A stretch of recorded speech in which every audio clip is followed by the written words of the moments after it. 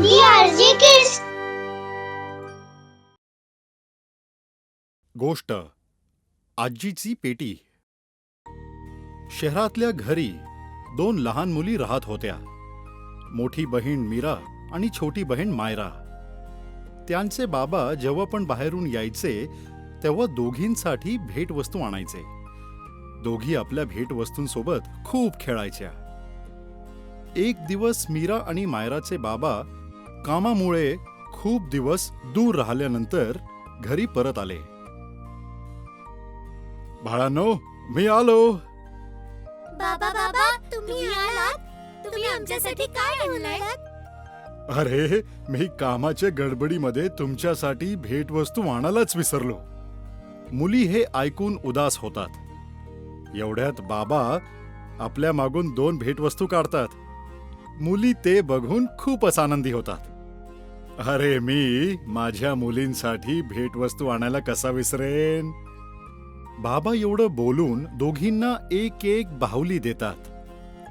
मीरा आणि मायरा आपल्या भेटवस्तू उघडतात आणि त्यात सोबत खेळायला लागतात. काही वेळ खेळून झाल्यानंतर मीरा आपल्या बाहुलीला परत बॉक्समध्ये टाकून सांभाळून ठेवते. पण मायरा आपल्या बाहुलीसोबत खेळतच बसते. काही दिवसांनंतर मायरा आपल्या बाहुलीसोबत खेळायला जाते आणि खेळता खेळता बाहुली तुटून जाते. हे बघताच मायरा पटकन मीराची बाहुली घेऊन तिच्या सोबत खेळायला लागते. बाहुली घेऊन मायरा खूप खुश होते आणि तिच्याबरोबर खेळायला लागते. मीराला वाईट वाटतं की नेहमी मायरा असंच करते आणि लहान असण्याचा फायदा घेते, पण ती तिला काहीच बोलत नाही. काही दिवसांनंतर बाबा पुन्हा शहरातले काम संपवून येत असतात. बाबा जसे घरी येतात तसे मुली नेहमीसारख्या बाबा बाबा करतात आणि त्यांच्याकडे ते येतात. बाबा नेहमीप्रमाणे आधी नाटक करतात आणि नंतर खेळणी काढून दोघींना एक एक देऊन टाकतात. ह्यावेळी सुद्धा मायरा मीराच्या खेळणीकडे बघते आणि तिला आपल्या खेळण्यापेक्षा मीराचे खेळणे जास्त आवडतात. ती तिच्याकडून तिचे खेळणे खिचून घेते, ज्यामुळे दोन्ही बहिणींमध्ये भांडण होते. मला दे, हे माझं आहे. हे बघून आई तिकडे येते. अगं भांडताय का अशा? आई, हिने माझी खेळणी घेतलीयेत. ही नेहमी असंच करते. नाही आई, असं नाहीये. बाबा नेहमी चांगली खेळणी मीराला आणून देतात. मग मी काय करू? आई भांडण सोडवते आणि मीराला सांगते, मीरा बाळा, काही हरकत नाही. तू ह्यावेळी तुझी खेळणी मायराला दे. ती लहान आहे ना. पण आई, मायराला दे बघू. ती लहान आहे ना. मी तुला दुसरी आणून देईन. हे ऐकून मीरा आपली खेळणी मायराला देऊन टाकते. मायरा खेळणी घेऊन खूपच खुश होते. काही दिवसांनंतर बाबा कामावरून घरी परत येतात आणि नेहमीसारखं खेळणी काढून मुलींना देतात. मुली खुश होऊन निघून जातात. बाबा ह्यावेळी खूपच थकलेले असतात. हे बघून आई त्यांना विचारते, काय झालं तुम्हाला? आज खूप थकल्यासारखे वाटतंय. सगळं ठीक आहे ना? हा, सगळं ठीकच आहे. फक्त एक मोठी ऑर्डर आली आहे. त्यासाठी मला थोडी चिंता होत आहे. ऑर्डर वेळेत पूर्ण करण्यासाठी मला कदाचित तुझी सुद्धा गरज लागेल. तुम्ही अजिबात काळजी करू नका. आपण एकत्र मिळून ऑर्डर वेळेत पूर्ण करू. एवढ्यात आतून मुलींच्या भांडणाचा आवाज येतो. हे माझे, मला परत कर. नाही, हे माझे, मला दे. मी नाही देणार. हे ऐकून बाबा म्हणतात, विचार करतोय की उन्हाळ्याची सुट्टी येत आहे तर मुलींना आजीकडे पाठवून देऊ. मुलींना आजीला भेटून खूपच वेळ झाला आहे. तुझं काय मत आहे? तुम्ही अगदी बरोबर बोलताय. ह्यांना त्यात सुधरवू शकतात. काही काळ त्यांच्या सोबत राहतील तर दोघी पण सुधरतील. जेव्हा बघावं तेव्हा भांडत राहतात. मुली आजीकडे जायचे ही गोष्ट ऐकून खूपच खुश होतात आणि दुसऱ्या दिवशी त्या आजीकडे जायला निघतात. आजी नातींना बघून खूपच खुश होते.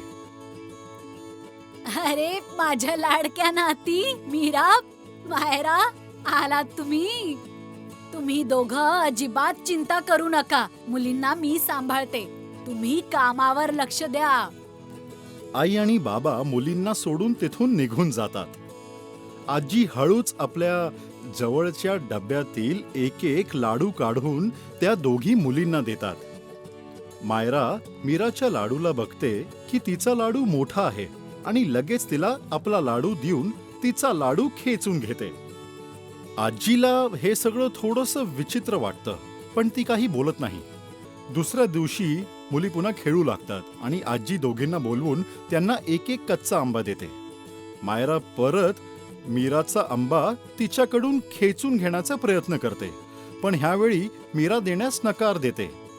हे बघून आजी खूपच हताश होते. आजी डोकं चालवते की मुलींना कसं समजवायचं. आजीच्या डोक्यात एक कल्पना येते आणि आजी दोन्ही मुलींना बोलवते आणि बोलते, बाळांनो, मी आज तुमच्यासाठी भेटवस्तू आणलेत, पण एक अट आहे.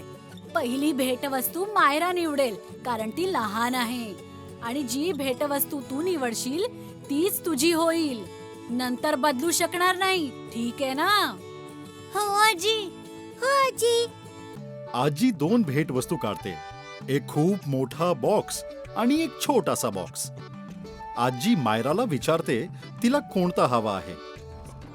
मायरा मोठ्या डब्याकडे बघते आणि विचार करते, डब्बा एवढा मोठा आहे तर भेटवस्तू किती मोठं असेल, आणि लगेच आजीला बोलते, आजी, तो मोठावाला मला हवा. आजी परत विचारते, नक्की? हो नक्की. ठीक आहे मीरा, छोटा बॉक्स तुझा. आता तुम्ही दोघी आपापल्या बॉक्सला उघडू शकता. मायरा लवकर लवकर आपल्या बॉक्सला उघडते. वा, असं वाटतंय काहीतरी मोठं असेल आत. पण मायरा जसा डब्बा उघडते तिला एवढ्या मोठ्या बॉक्समध्ये फक्त भुईमुगाच्या शेंगदाण्याचे दाणे मिळतात. मायरा त्याला बघून उदास होते. मीरा पण निराश होऊन आपल्या बॉक्सला उघडते, पण त्यातून खूपच सुंदर हार निघतो. हे बघून मीरा खूप खुश होते आणि आजीला मिठी मारते, आणि मायरा नाराज होऊन एका कोपऱ्यामध्ये जाऊन बसते. आजी मायरा जवळ जाते आणि विचारते, काय झालं बाळा, उदास का आहेस?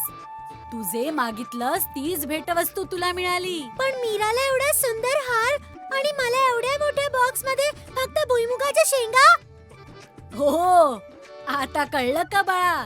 बॉक्स मोठा असो किंवा लहान, खेळणं मोठं असो किंवा छोटं, आपल्याकडे जे आहे त्यातच आपण खुश राहायला पाहिजे.